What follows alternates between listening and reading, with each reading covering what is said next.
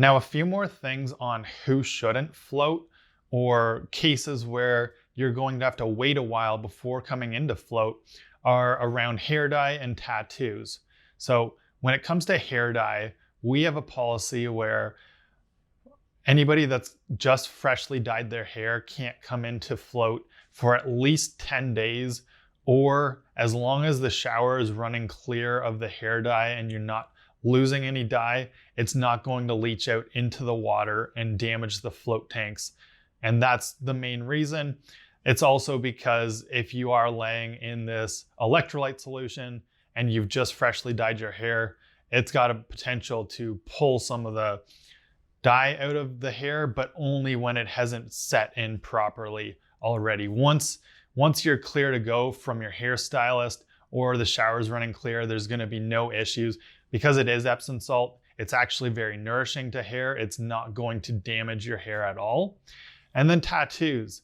As far as tattoos go, you've got this fresh, essentially a wound or a skin that's very sensitive.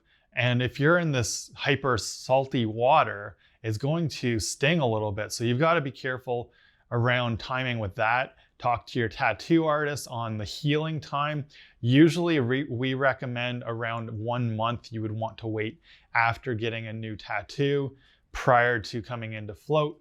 It's going to depend on the extent of the tattoo. So some people can get away with 2 weeks or so, or if they wrap it up, cover it in petroleum jelly and make sure it's covered up, they should be fine as well to float. I've known people that have done that.